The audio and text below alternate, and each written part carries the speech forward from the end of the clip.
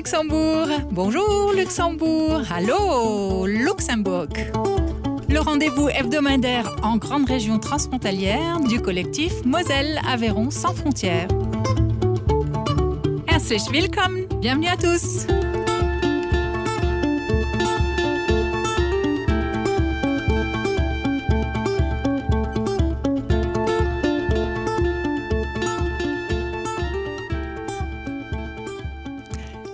Bonjour l'Aveyron, bonjour la Lorraine, Moyen-Luxembourg, hallo Großregion, willkommen und vielen Dank. Merci à vous qui êtes là, de passage ou fidèles déjà peut-être à votre émission Moyen-Luxembourg.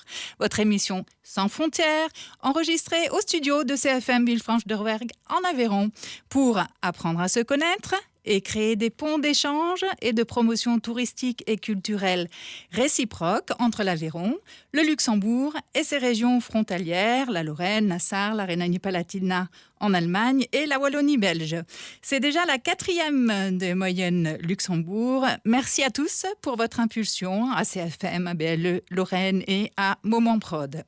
Après vous avoir présenté donc le ministre du Tourisme et des classes moyennes du Luxembourg, ces 3 précédentes émissions Lex Delles, je vous propose aujourd'hui en exclusivité de faire la connaissance du plus luxembourgeois des animateurs français du PAF. Vous le connaissez tous en fait. Il présente entre autres des émissions aussi diverses que Secret d'Histoire, Le village préféré des Français, Le monument préféré des Français, Le loto du patrimoine, l'Eurovision, bref, beaucoup d'autres grands rendez-vous en fait de télévision. Il est le spécialiste passionné par les têtes couronnées. Vous avez tous deviné de qui je veux parler. Il s'agit bien sûr de Stéphane Bern. Vous savez sans doute que Stéphane Bern, bien sûr, il est français, il est né en France, à Lyon précisément, mais il a aussi vécu en Lorraine, à Nancy, puis à Paris et a même eu des attaches à Villefranche-de-Rouergue, en Aveyron. Mais ce que vous ne savez sans doute pas, c'est à quel point Stéphane Bern est également fier d'être luxembourgeois par sa mère et sa grand-mère surtout. Véritable ambassadeur et défenseur de son Luxembourg, Stéphane Bern vient juste de sortir le 4e ouvrage qu'il consacre au Luxembourg. Ça s'appelle « Un amour souverain ». C'est le titre donc du livre édité chez Albin Michel et réalisé avec la complicité de Son Altesse Royale, la Grande Duchesse Maria Theresa. Ce livre, Un amour souverain, vous le trouverez bien sûr à Villefranche-de-Rouergue, à la librairie Follavoine et dans toutes les bonnes librairies au Luxembourg et en grande région bien sûr, car le livre est, il faut savoir, il est bilingue français-anglais et il sort donc le 10 novembre.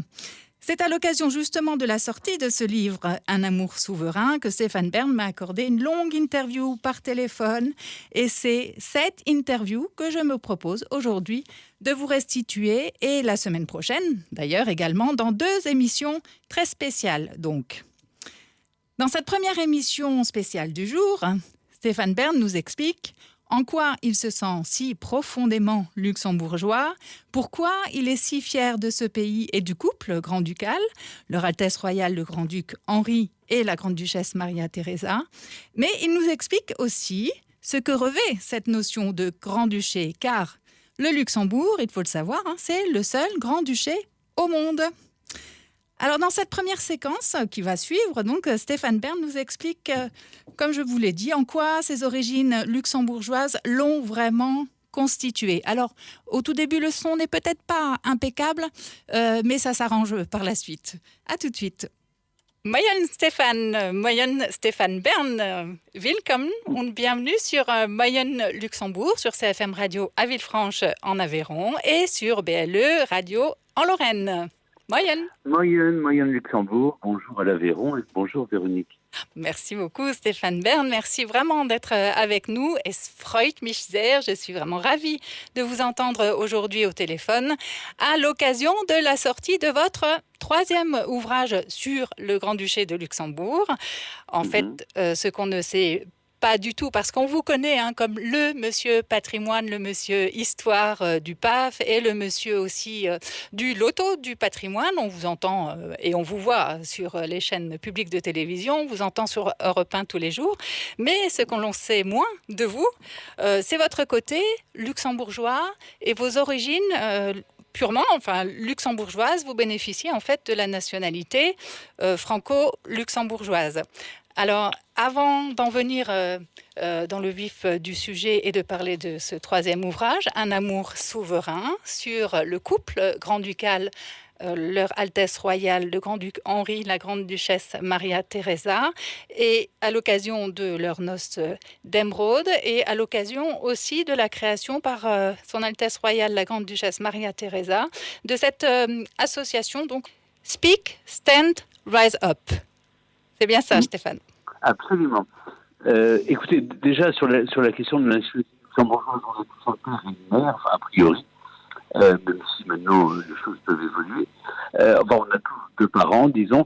Moi, j'ai un père français et j'avais une mère luxembourgeoise et des grands-parents luxembourgeois. Et quand la loi a été modifiée ces dernières années, j'ai effectivement demandé à pouvoir bénéficier pour recouvrir ma nationalité luxembourgeoise, non pas pour des raisons fiscales, les gens le comprennent bien, puisque je paye mes impôts en France, là où je travaille, mais par piété filiale. J'ai adoré.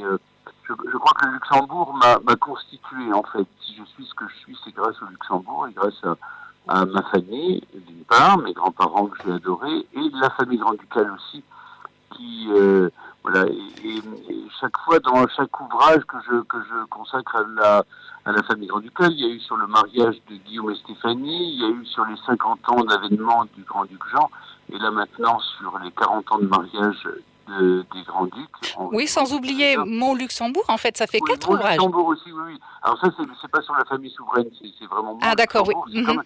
C'était comme une dette d'amour, au fond, à mon pays de cœur, à celui qui m'a forgé, qui a fait ce que je suis. Oui. Et donc, c'est pour ça que je n'oublie jamais que je suis franco-luxembourgeois, et c'est pour ça que je dédie ce livre aussi, qui sort le 10 novembre, je dédie ce livre à mes souverains de cœur, parce que, évidemment, on a tous, même quand on joue pas aux cartes, on a toujours un roi et une reine de cœur. Oui. Et en l'occurrence, c'est Henri et Maria Theresa.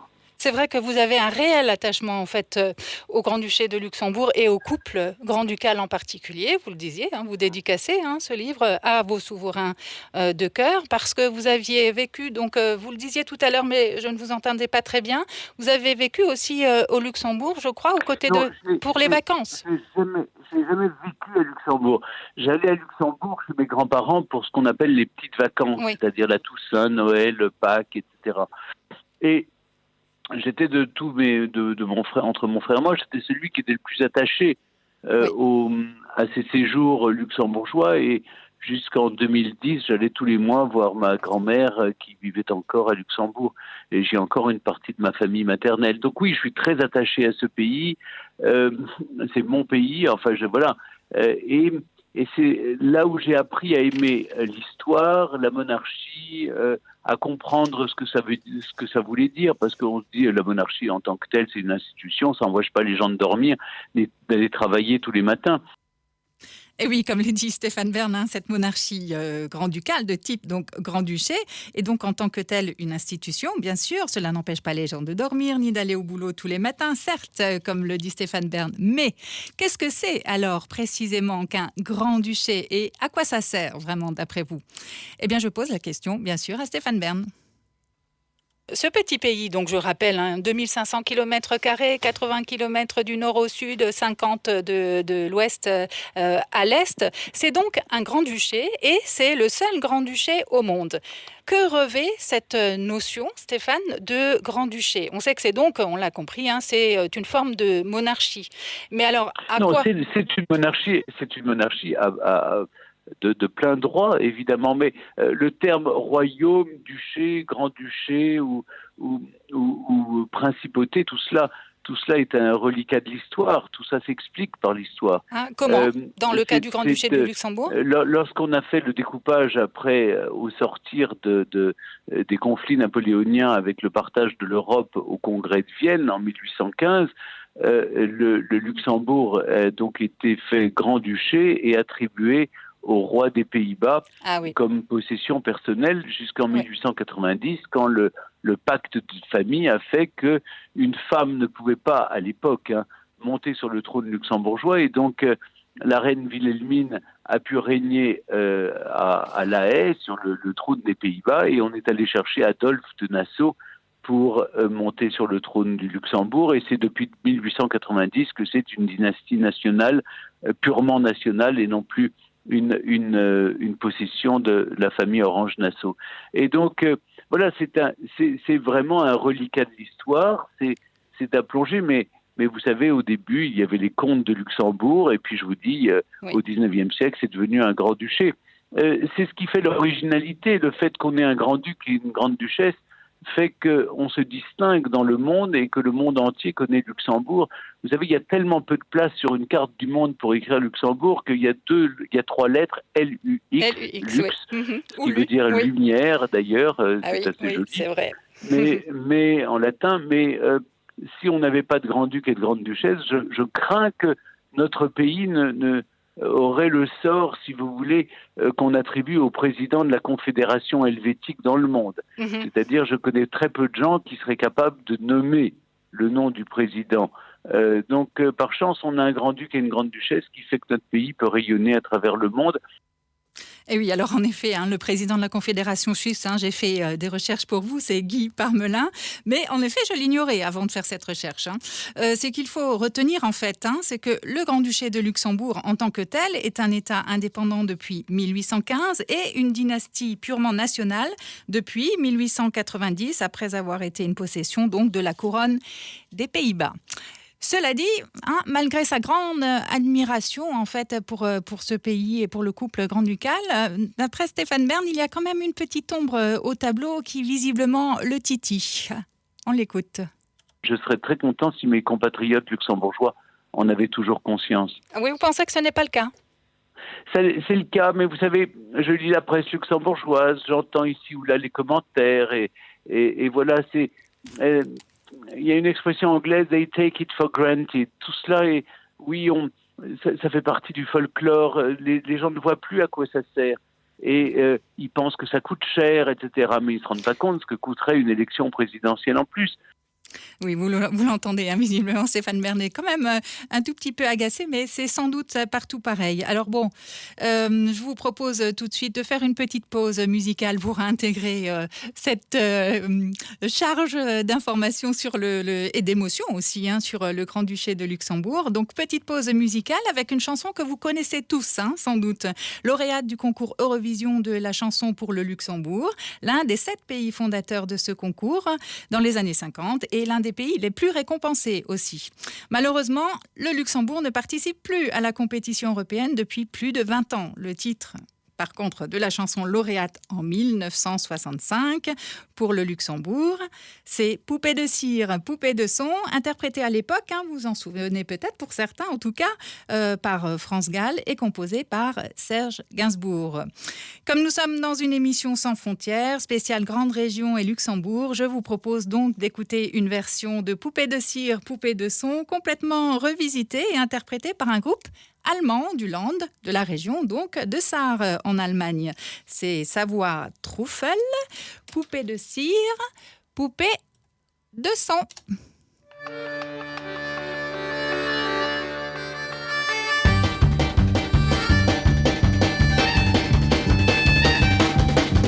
Je suis une poupée de cire, une poupée de son.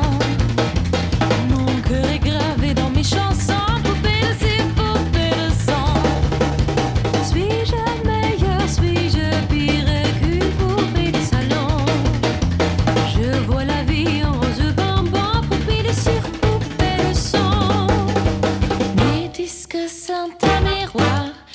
Chacun peut me voir. Je suis partout à la fois, brisé en 1000 éclats de voix. Autour de moi j'entends rire les poupées de chiffon, celles qui dansent sur mes chansons. Poupées de cire, poupées de son. Elles se laissent séduire pour un oui, pour un non. L'amour n'est pas que dans les chansons.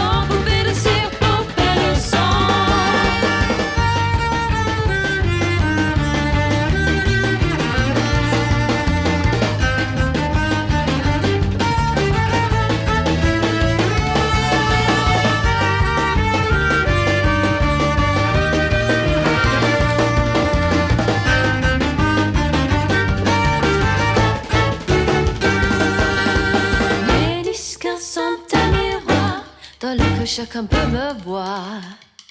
Je suis partout à la fois, brisée aux mille éclats de voix. Seule parfois je soupire, je me dis à quoi bon chanter ainsi l'amour sans raison, se reconnaître des garçons. Je ne suis qu'une poupée de cire, qu'une poupée de sang. Sous le soleil de mes cheveux blancs, poupée de cire, poupée de sang. Mais un jour je vivrai mes chansons, poupée de cire, poupée de sang. Sans craindre la chaleur des garçons, poupée de cire, poupée de sang. Merci Savoie Truffel pour cette magnifique version inattendue pour le moins de Poupée de cire, poupée de son, interprétée donc par un groupe allemand de la région de Sarre et en français bien sûr. Notez par ailleurs concernant le concours Eurovision de la chanson, puisque je vous l'ai expliqué tout à l'heure, le Luxembourg est un des pays fondateurs de ce concours. Et bien comme l'année dernière, Stéphane Bern justement et Laurence Boccolini présenteront la 66e édition du concours Eurovision de la chanson pour la France depuis Turin en Italie, donc en mai 2022. Revenons à présent, si vous le voulez bien, à mon interview de Stéphane Bern et à sa passion et sa grande connaissance du Grand-Duché de Luxembourg. La question à laquelle Stéphane Bern répond justement dans l'extrait qui va suivre est celle de savoir, après avoir expliqué un peu les tenants et les aboutissants d'un grand-duché, et donc la question de savoir comment s'organisent les pouvoirs dans ce grand-duché de Luxembourg entre son Altesse royale le grand-duc Henri et le gouvernement, et aussi peut-être son Altesse royale la grande-duchesse Maria Theresa. Il y a une répartition assez équitable des pouvoirs. Le grand-duc représente le pays et incarne la nation. Il est le chef de l'État. Le Premier ministre est chef de gouvernement. Il dirige la politique du gouvernement. Et voilà, et comme ça, les vaches sont bien gardées parce que chacun est dans son rôle. Où c'est plus complexe, évidemment, c'est le rôle qui est attribué à la grande-duchesse, puisque ce rôle n'est pas inscrit dans la Constitution, et la grande-duchesse doit jouer des coudes, au fond, elle doit pour inventer exister. son rôle, oui. Elle doit inventer son rôle. Moi, j'aimerais qu'on reconnaisse ce rôle. Mais vous savez, on a le problème dans tous les pays. Comment reconnaître ? C'est un rôle que les Luxembourgeois attribuent à notre souveraine, puisqu'ils lui écrivent en masse. Et oui, son Altesse royale, donc le grand-duc Henri, pour résumer le propos de Stéphane Bern, représente donc l'État luxembourgeois. Il nomme le Premier ministre et le gouvernement, lui, mène la politique de la nation. Et comme en France, donc, reste le problème du rôle que la Constitution luxembourgeoise elle-même n'attribue pas non plus, en fait, à son Altesse royale, la grande-duchesse Maria Theresa. À présent, pour en revenir spécifiquement au livre en fait de Stéphane Bern, dont je rappelle le titre, Un amour souverain, donc aux éditions Albin Michel, je lui ai demandé aussi ce qui lui tenait à cœur visiblement de raconter dans ce livre, hommage à ces souverains de cœur, comme dit Stéphane. Et voici sa réponse. Ce qui était important pour moi, c'était de raconter cette histoire et de payer cette dette de cœur au Grand-Duc et à la Grande-Duchesse, et en les accompagnant. J'ai la chance de les connaître depuis 35 ans. Ils sont mariés depuis 40 ans. J'étais dans la rue lorsqu'ils se sont mariés pour applaudir. Vous étiez à ce mariage en 1981, à ce mariage royal ? J'y étais, mais j'étais pas invité, Véronique. J'étais dans la rue avec le peuple. Oui, vous aviez quel âge ? 15 ans en 81 ? Oui, c'est ça, oui. J'étais dans la rue et je devais avoir 16 ans même, mais enfin bref. J'étais dans la rue, j'applaudissais, j'étais très heureux, quoi. Et depuis, je les ai pas quittés. J'ai eu la chance de les rencontrer pour la première fois en 1989, en étant reçu au château de Fischbach, après avoir rencontré le couple régnant, Jean et Joséphine Charlotte, à Colmar-Berg. Et donc, c'est là qu'a commencé, au fond, c'est terminé ma névrose, c'est-à-dire que je rêvais, quand j'étais petit, d'entrer au Palais Grand-Ducal et de les rencontrer. Donc, à partir de ce moment-là, je les ai plus quittés. Je me suis attaché à eux parce que j'ai compris qu'ils mettaient tout leur amour au service d'un pays. Ce que raconte la grande-duchesse Maria Theresa dans le livre, c'est qu'au fond, en épousant Henri de Luxembourg, elle a épousé un pays. Et en épousant un pays, elle a trouvé une patrie parce que elle, la fille exilée, la cubaine exilée, elle s'est donnée entièrement à son pays. Et c'est 40 ans d'une histoire d'amour incroyable avec son mari et 40 ans d'une histoire d'amour avec un pays. Et c'est ça que j'ai voulu raconter dans ce livre avec elle, puisqu'elle m'a accompagné en choisissant les photos et en fouillant dans ses souvenirs. Et oui, vous l'avez compris à travers ses mots et son enthousiasme, Stéphane Bern est pétri d'admiration pour le couple grand-ducal et en particulier pour le courage et les engagements de son Altesse royale, la Grande-Duchesse Maria Theresa. Nous verrons tout cela la semaine prochaine, comme je vous l'ai promis. Nous consacrerons une deuxième émission très spéciale à Stéphane Bern, au Grand-Duché de Luxembourg et au couple grand-ducal, leur Altesse royale, le Grand-Duc Henri, la Grande-Duchesse Maria Theresa en particulier, la semaine prochaine. Nous verrons donc la semaine prochaine comment la Grande-Duchesse s'est dessinée ce rôle très spécial et à sa mesure dans cette seconde émission donc avec Stéphane Bern qui ne tarit pas d'éloges au sujet de son Altesse royale la Grande-Duchesse Maria Theresa et dans lequel ouvrage il revient aussi spécifiquement sur la rencontre entre le Grand-Duc et la Grande-Duchesse, leur mariage royal et leurs engagements réciproques sur la scène privée et officielle. En attendant, je vous souhaite bien sûr un très très très bon week-end ou une bonne semaine. Ich wünsche Ihnen ein sehr schönes Wochenende oder eine schöne Woche et je vous dis Eddie, Luxembourg, tschüss Großregion, salut l'Aveyron et salut la Lorraine. Bis bald, tschüss.